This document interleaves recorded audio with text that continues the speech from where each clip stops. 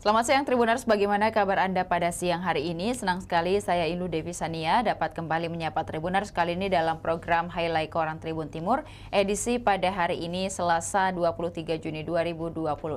Beragam berita menarik tersaji untuk Anda dalam program edisi hari ini dan juga beberapa halaman di antaranya akan kami highlight dalam tayangan berikut ini. Tribuners, tentunya kita akan awali dengan halaman utama Koran Tribun Timur dengan headline berita Mahasiswa Makassar Stop MBG. Reformasi Jilid 2 menggema di Palopo, PMII desak hentikan program koperasi desa. Masa Himpunan Mahasiswa Islam atau HMI Badan Koordinasi Sulawesi Selatan unjuk rasa di depan gedung sementara DPRD Sulawesi Selatan, Jalan APP Terani, Kecamatan Rapocini, Kota Makassar pada Senin 22 Juni 2026. Aksi tersebut dilakukan dengan mengendarai puluhan sepeda motor serta satu unit mobil pickup yang difungsikan sebagai panggung orasi. Dalam aksi itu menyuarakan sejumlah persoalan baik di tingkat nasional maupun di daerah, termasuk kritik terhadap jalannya pemerintahan Presiden Prabowo Subianto dan Wakil Presiden Gibran Rakabuming Raka.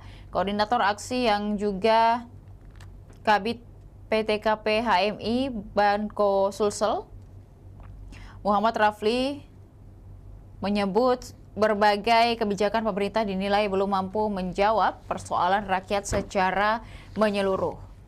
Meningkatnya beban ekonomi masyarakat, ketidakpastian hukum, lemahnya pemberantasan korupsi, berbagai kebijakan yang minim, partisipasi publik, serta juga maraknya dugaan penyimpangan dalam program-program strategis nasional telah menimbulkan kegelisahan yang luas di tengah masyarakat. Ia juga menyoroti kondisi di Sulawesi Selatan yang dinilai masih menghadapi berbagai persoalan daerah, diantaranya adalah terkait transparansi anggaran pendidikan, lambatnya penanganan kasus korupsi, serta melemahnya pengawasan penggunaan keuangan negara. Dalam aksi tersebut, HMI Banko Sulsel menyampaikan sejumlah tuntutan nasional kepada pemerintah dan juga pertama mendesak pemerintah menurunkan harga BBM untuk menekan beban ekonomi masyarakat dan menstabilkan harga kebutuhan pokok. Kedua, meminta DPR dan pemerintah segera mengesahkan rancangan undang-undang perampasan aset sebagai instrumen pemberantasan korupsi dan pemulihan kerugian negara. Ketiga, menolak program koperasi desa atau kelurahan merah putih yang dinilai berpotensi mengganggu kemandirian desa serta membuka ruang intervensi politik. Kemudian keempat, mendesak aparat penegak hukum memeriksa seluruh pihak yang terlibat dalam program Badan Gizi Nasional apabila ditemukan dugaan pelanggaran hukum dan kerugian negara. Kelima, meminta pemerintah segera menstabilkan ekonomi nasional serta menjaga nilai tukar rupiah demi nantinya melindungi daya beli masyarakat. Kemudian keenam, mendorong terwujudnya pendidikan gratis berkualitas dan merata sebagai amanat konstitusi. Ketujuh, menolak segala bentuk kriminalisasi terhadap aktivitas aktivis, mahasiswa, jurnalis, dan masyarakat sipil yang menyampaikan kritik terhadap kebijakan pemerintah. Setelah beberapa waktu berorasi, masa aksi kemudian ditemui Ketua DPRD Sulawesi Selatan Andi Rahmatika Dewi atau Cicu yang keluar langsung menemui pengunjuk rasa di depan gerbang kantor Dinas Bina Marga dan Bina Konstruksi Sulawesi Selatan. Kemudian di hadapan massa, politisi Nasdem itu menyatakan akan menyalurkan aspirasi yang diterima ke pemerintah pusat karena sebagian besar tuntutan merupakan kewenangan nasional. Kemudian dia mengatakan hari ini teman-teman menyampaikan tuntutan dalam hal ini tuntutan nasional yang kita bacakan adalah kewenangan pemerintah pusat. Tentu kehadiran kami di provinsi adalah perpanjangan tangan dari pemerintah pusat, ungkap Cicu pada saat menemui para demonstran. Kemudian Masih dengan demonstrasi, ada emak-emak demo MBG dapat 100.000.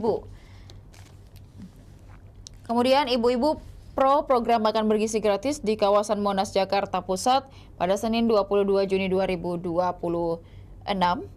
mengaku menerima uang saku Rp100.000. Selain uang saku, peserta aksi juga mendapatkan sejumlah fasilitas berupa wajan baru, roti, susu, dan buah-buahan yang dibagikan secara cuma-cuma. Aksi tersebut dipusatkan di Jalan Medan Merdeka Selatan, diikuti mayoritas perempuan. Massa kompak mengenakan pakaian putih dipadukan dengan kerudung merah. Mereka bergerak dari Jalan Medan Merdeka Selatan menuju kawasan Patung Kuda di Jalan Merdeka Barat, sambil membawa berbagai atribut dukungan terhadap program MBG. Pantauan di lokasi, sejumlah peserta membawa poster bunga mawar dan juga peralatan dapur seperti panci dan saringan. Kemudian ada pula peserta membawa boneka yang digendong menggunakan sarung layaknya menimang bayi.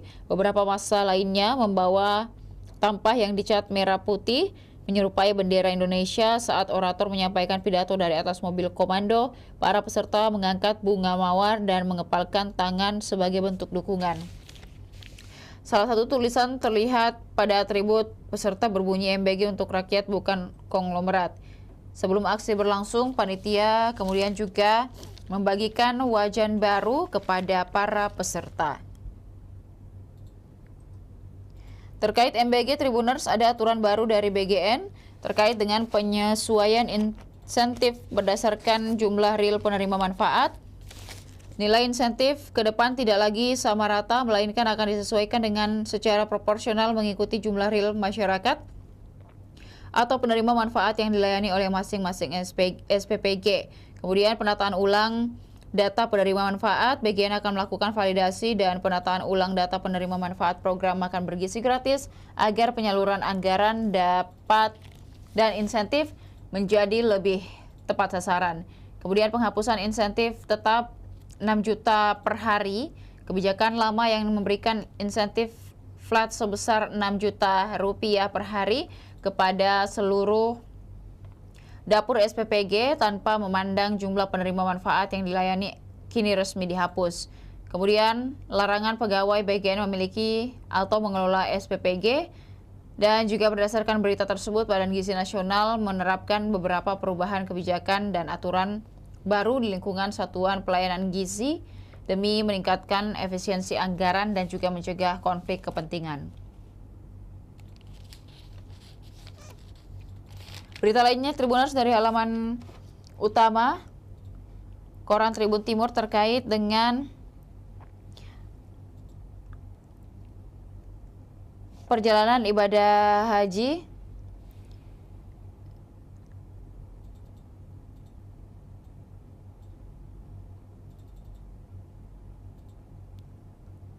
Ketua IPHI Wonosobo puji layanan haji 2026.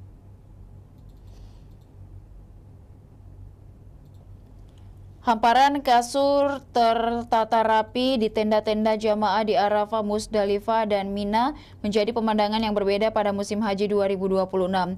Di tengah suhu Arab Saudi yang menyentuh lebih dari 40 derajat Celcius,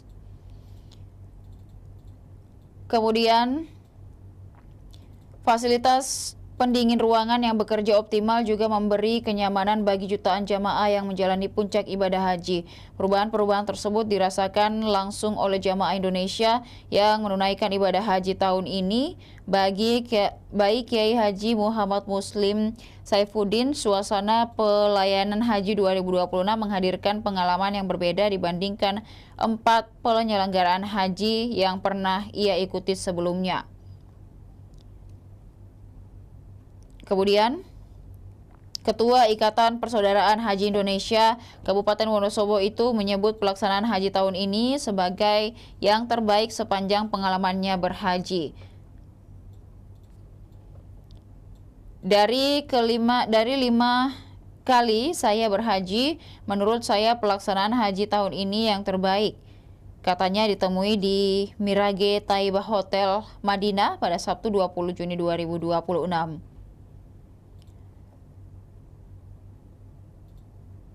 Kemudian penilaian tersebut tidak muncul tanpa alasan. Menurutnya sejumlah layanan yang diberikan kepada jamaah mengalami peningkatan signifikan terutama saat pelaksanaan puncak haji di kawasan Arafah, Musdalifah, dan Mina atau Armusna. Kemudian Tribuners, berita lain yang ada di halaman utama Koran Tribun Timur edisi hari ini terkait dengan menggerakkan digitalisasi, branding, dan UMKM.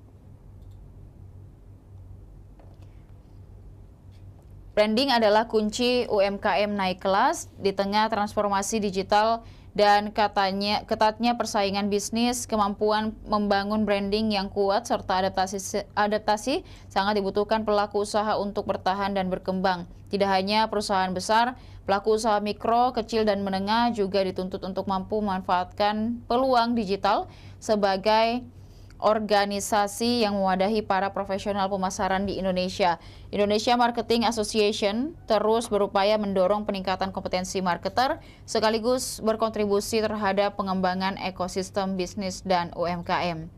Melalui program kolaboratif, pendampingan hingga sertifikasi profesional, IMA berperan aktif menjawab tantangan perubahan perilaku konsumen dan perkembangan industri yang sangat cepat.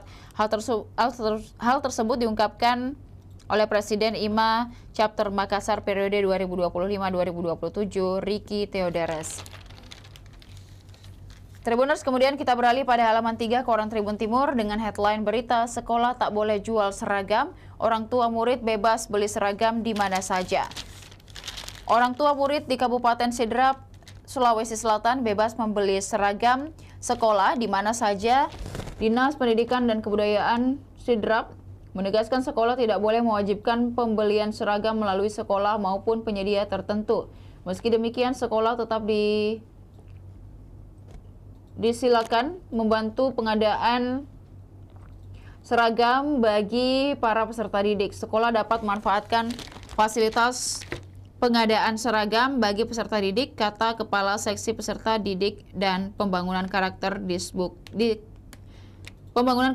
Disdikbud Sidrap, Musdadi pada Senin 22 Juni 2026. Kebijakan ini memberikan keleluasaan kepada orang tua murid dalam memenuhi kebutuhan seragam sekolah sesuai dengan kemampuan masing-masing. Di tengah persiapan menyambut tahun ajaran baru, sejumlah toko perlengkapan sekolah di Sidrap mulai menata stok seragam dan kebutuhan siswa lainnya. Satu di antaranya adalah toko Andi Putri, Jalan Calaraka, Kelurahan Pagkajene, Kecamatan Maritenggae. Kemudian deretan seragam SD, SMP hingga SMA terlihat memenuhi bagian depan toko. Berbagai perlengkapan pendukung seperti topi, dasi, ikat pinggang, dan kaos kaki juga telah disiapkan untuk menghadapi meningkatnya permintaan. Meski demikian, aktivitas belanja warga masih terpantau normal. Para pedagang memperkirakan lonjakan pembeli baru akan terjadi beberapa hari menjelang dimulainya kegiatan belajar mengajar. Bagi sebagian besar orang tua, membeli perlengkapan sekolah menjadi agenda rutin setiap memasuki tahun ajaran baru. Selain mengganti seragam yang sudah tidak muat, banyak juga keluarga yang memanfaatkan momen tersebut untuk melengkapi kebutuhan sekolah anak. Toko Andri Putri menjadi salah satu lokasi yang cukup dikenal warga dalam mencari perlengkapan sekolah.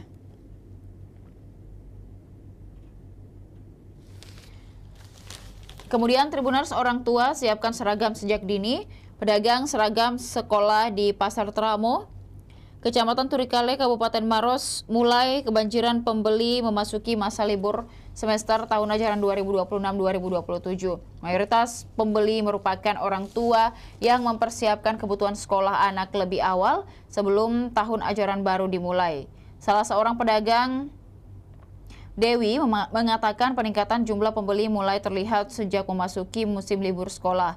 Menurutnya, tren penjualan mengalami kenaikan sekitar 10% dibandingkan hari biasa, namun peningkatan tersebut masih belum terlalu signifikan jika dibandingkan dengan periode yang sama pada tahun sebelumnya. Tren mulai meningkat sejak sekitar 10% Namun jika dibandingkan tahun sebelumnya, peningkatan terhitung belum signifikan.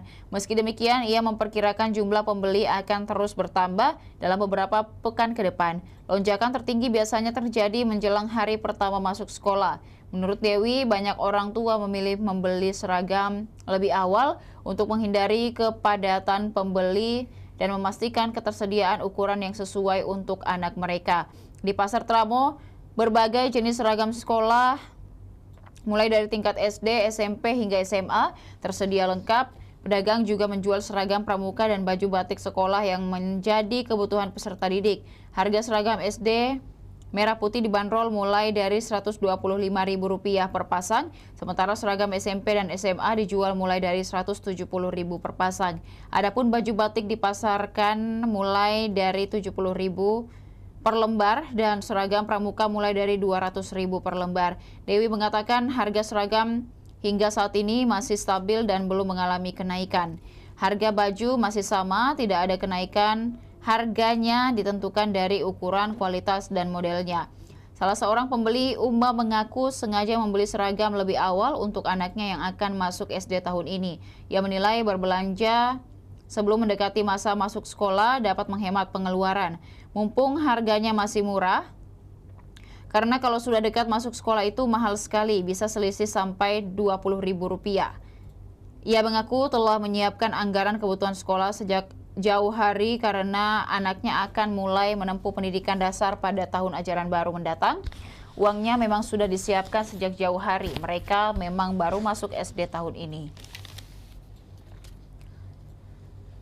Kemudian Tribuners, kita beralih pada halaman 9 Koran Tribun Timur dengan headline berita kuliner dan budaya menjadi jembatan diplomasi. Delegasi 28 negara hadiri IGS. Kota Makassar akan menjadi pusat perhatian dunia melalui gelaran Indonesia Gastrodiplomasi Series dari 23 hingga 25 Juni 2026.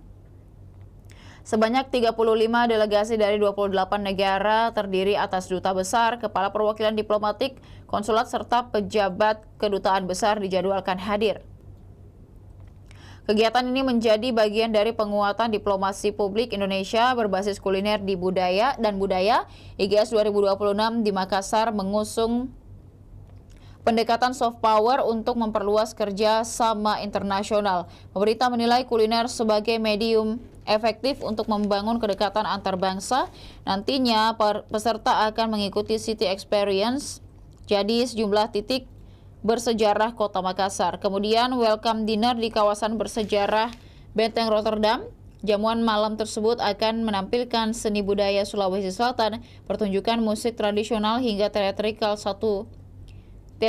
Ila Galigo turut disiapkan untuk memperkenalkan identitas budaya daerah. Delegasi juga akan menikmati sajian kuliner khas Makassar sebagai bagian dari diplomasi rasa. Hari kedua digelar di Business Forum IGDS 2026 di Hotel Derindra Makassar. Forum ini mempertemukan pemerintah, kemudian juga investor, pelaku usaha, dan perwakilan diplomatik. Sesi tersebut mencakup presentasi potensi investasi Makassar. Selain itu akan dilakukan juga penandatanganan nota kesepahaman atau MOU. Business matching juga menjadi bagian penting untuk membuka peluang kerjasama konkret. Pada saat yang sama ada Exhibition Expo yang menampilkan produk unggulan daerah, pameran budaya dan fashion show Wasra Nusantara di Anjungan MNEC, dan ajang ini menampilkan karya desainer lokal serta kerajinan khas Sulawesi Selatan. Direktur Diplomasi Publik Kementerian Luar Negeri Ani Nigeriwati menegaskan pentingnya kuliner dalam diplomasi. Kuliner bukan sekadar konsumsi tetapi juga pembawa narasi budaya Makassar, dipilih sebagai tuan rumah karena dinilai memiliki posisi strategis. Kota ini disebut sebagai jangkar kota maritim dengan potensi ekonomi yang kuat. Ketua Panitia IGS 2026 Firman Hamid Pagara mengatakan koordinasi lintas sektor telah dilakukan untuk memastikan kelancaran acara. Kemudian Tribuners, juga ada pameran produk UMKM unggulan. Wali Kota Makassar Munafri Arifudin mengatakan kepercayaan yang diberikan kepada Makassar sebagai salah satu lokasi penyelenggaraan IGS merupakan kebanggaan sekaligus juga peluang besar untuk memperkenalkan potensi daerah kepada dunia internasional. Selama berada di Makassar, para delegasi yang akan mengikuti berbagai agenda yang dirancang untuk memberikan pengalaman langsung mengenai kekayaan dan keunggulan daerah, mulai dari kunjungan destinasi wisata, pengenalan produk UMKM unggulan, jamuan kuliner khas Sulawesi Selatan, hingga forum yang membuka peluang kolaborasi dan kerjasama internasional. IGS 2026 diharapkan mampu menjembatani dan juga memperkuat hubungan antara bangsa sekaligus juga membuka akses yang lebih luas bagi pelaku usaha lokal untuk menembus pasar global. Kemudian berita lainnya, Tribuners, dari halaman 9 terkait dengan jalur domisili, siswa bisa pilih hingga 5 sekolah. Pendaftaran jalur domisili sistem penerimaan murid baru jenjang TK, SD, dan SMP dibuka hingga 26 Juni 2026. Jalur domisili merupakan jalur terakhir yang dibuka pada penerimaan murid baru. Calon peserta didik kini memiliki peluang lebih besar untuk diterima karena dapat memilih hingga 5 sekolah tujuan. Pilihan tersebut terdiri atas beberapa sekolah negeri dan sekolah swasta yang telah terintegrasi dalam sistem pendaftaran. Kebijakan tersebut diharapkan memperluas akses siswa memperoleh sekolah sesuai dengan domisili sekaligus mengoptimalkan daya tampung yang tersedia. Hari pertama pendaftaran, Kepala Dinas Pendidikan Kota Makassar Aji Sulaiman mengunjungi sejumlah sekolah. Ia didampingi Kepala Bidang SMP Andi Ahmad Muhajir. Kedatangannya untuk memastikan kelancaran maupun mencari tahu kendala dalam pelaksanaan SPMB domisili. Pemantauan dilakukan di beberapa sekolah seperti SMP Negeri 2 Makassar dan SMP Negeri 53 Makassar. Proses verifikasi berjalan lancar. Menurut Aci, panitia yang telah jauh-jauh hari mensosialisasikan berbagai persyaratan administrasi yang harus dipenuhi calon siswa dan orang tua. Kemudian prinsip utama jalur domisili tetap berdasarkan kedekatan jarak antara rumah calon siswa dengan sekolah yang dipilih. Sistem secara otomatis akan menampilkan jarak yang tercantum berdasarkan data kependudukan dan titik lokasi yang telah diverifikasi dalam aplikasi. Dinas Pendidikan juga telah menyiapkan kuota penerimaan jalur domisili sesuai dengan kapasitas masing-masing. Jenjang pendidikan untuk taman kanak-kanak, kuota mencapai 91%, 91 peserta didik. Kemudian juga kuota jenjang SD 12.661 siswa, lalu jenjang sekolah menengah pertama sebanyak 9.475 siswa. Berita lainnya, Tribuners, dari halaman 9 terkait dengan Pemkot siapkan 2 lokasi baru pedagang pasar hobi. Pemerintah Kota Makassar mulai menyiapkan penataan kawasan eksterminal Todopuli yang selama ini digunakan sebagai lokasi pasar hobi. Penataan untuk mengembalikan fungsi aset fasilitas umum sekaligus juga menciptakan kawasan yang lebih tertib dan sesuai dengan peruntukan. Langkah tersebut dibahas dalam rapat koordinasi kantor Camat Panakukang yang dipimpin oleh Camat Syahrir. Baru-baru ini rapat melibatkan Perumda Terminal Makassar Metro, kemudian juga PD Pasar Makassar Raya, juga Perumnas Sulawesi Selatan, kemudian juga Tripika Kecamatan, Lurah Paropo, RT RW, serta perwakilan pedagang. Dalam forum, pemerintah menawarkan 2 opsi relokasi bagi pedagang pasar hobi, yakni Pasar Sawah Jalan Gunung Latimojong dan Terminal Regional Dayak. Camat Panakukang Syahrir mengatakan penataan tidak dilakukan secara sepihak. Pemerintah membuka ruang musyawarah dengan para pedagang. Direktur Utama Perumda Terminal Makassar Metro, Elber Makbul Amin, mengatakan komunikasi dengan pedagang terus dilakukan. Pihaknya telah bertemu dengan pengurus Asosiasi Pedagang Pasar Hobi Todopuli. Alhamdulillah sudah ada komunikasi dengan ketuanya. Ketua asosiasinya, kami juga sudah memberikan surat peringatan pertama kepada para pedagang di pasar hobi. Menurutnya, sebagian pedagang mulai memahami rencana pemerintah dan menyambut opsi relokasi yang disiapkan. Elber berharap penataan kawasan dapat mengembalikan fungsi terminal sekaligus juga memberi dampak positif bagi lingkungan sekitar. Pasar Hobi Todopuli selama ini dikenal sebagai pusat perdagangan hewan peliharaan seperti ikan hias, burung, kucing, hingga reptil. Pedagang juga menjual pakan, akuarium, kandang, serta perlengkapan hobi lainnya. Kawasan itu berkembang menjadi titik aktivitas komunitas pecinta hewan di Kota Makassar.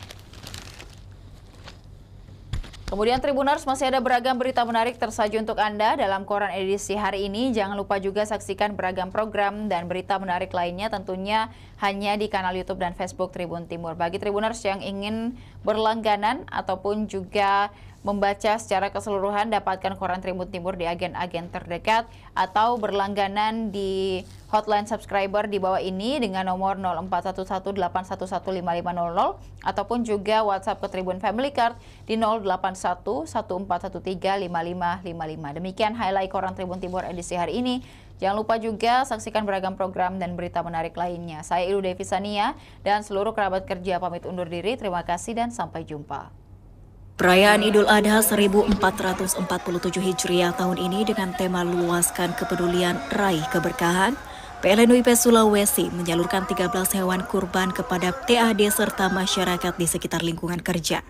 Di area kantor terlihat panitia kurban kompak bekerja sama memotong dan mengemas daging kurban untuk didistribusikan kepada masyarakat. Kegiatan ini menjadi wujud nyata semangat berbagi dan kepedulian sosial insan PLN kepada sesama.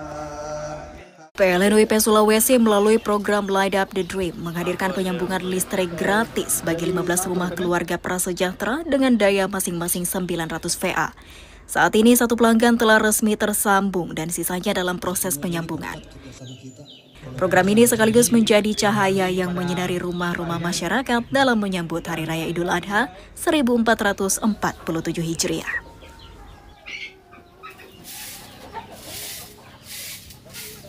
Dalam semangat Idul Adha 1447 Hijriah, YBM PLN UIP Sulawesi menggelar hitan massal gratis bagi 50 anak di Makassar.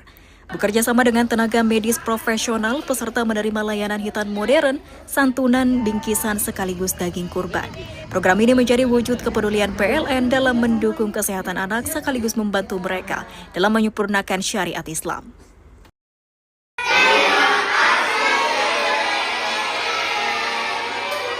Memperingati hari lahir Pancasila, sang saka merah putih tampak berkibar di kantor PLN Unit Induk Pembangunan Sulawesi.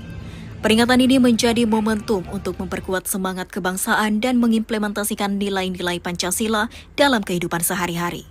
Bagi PLN, semangat tersebut dapat diwujudkan melalui komitmen untuk terus menghadirkan layanan dan pembangunan infrastruktur ketenagalistrikan yang bermanfaat bagi masyarakat. Menjelang Idul Adha, keluarga Ibu Daeng Kanang di Desa Parigi, Kecamatan Tinggi Moncong, Kabupaten Goa, Sulawesi Selatan, menerima sambungan listrik mandiri dari PLN Unit Induk Pembangunan Sulawesi melalui program Light Up the Dream. Bantuan 900 VA ini dapat ia gunakan untuk memenuhi kebutuhan listrik dasar keluarga dalam aktivitas sehari-hari. Bantuan ini tentunya mengakhiri ketergantungannya pada listrik tetangga yang selama ini ia tumpangi. Dalam menyambut Hari Lahir Pancasila, PLN UIP Sulawesi turut meriahkan launching PLN Wellness League Energi Bergerak 2026 yang digelar serentak di seluruh unit PLN. Kegiatan diikuti pegawai melalui fun walk, senam, dan olahraga bersama sebagai langkah preventif dalam mendorong budaya hidup sehat serta mendukung kesiapan sumber daya manusia yang lebih bugar, produktif, dan berkelanjutan. Jelang Idul Adha, General Manager PLN UIP Sulawesi memastikan kelancaran pembangunan SUTT 150 kV PLTU Palu 3 Tambu melalui peninjauan langsung di lokasi proyek. PLN terus memperkuat konektivitas energi sebagai bagian dari komitmen menghadirkan sistem kelistrikan yang berkelanjutan guna mendukung pertumbuhan ekonomi, meningkatkan efisiensi operasional, serta menghadirkan listrik yang lebih andal bagi masyarakat. PLN UIP Sulawesi melaksanakan gerakan biopori dan komposter di lingkungan kantor pada 22 Mei 2026 di Makassar. Kegiatan ini diikuti pegawai dan manajemen sebagai upaya pengelolaan sampah organik serta peningkatan resapan air. Kegiatan ini juga menjadi bagian dari kontribusi PLN terhadap lingkungan yang selaras dengan semangat Hari Lahir Pancasila melalui penerapan praktik kerja berkelanjutan di lingkungan kerja.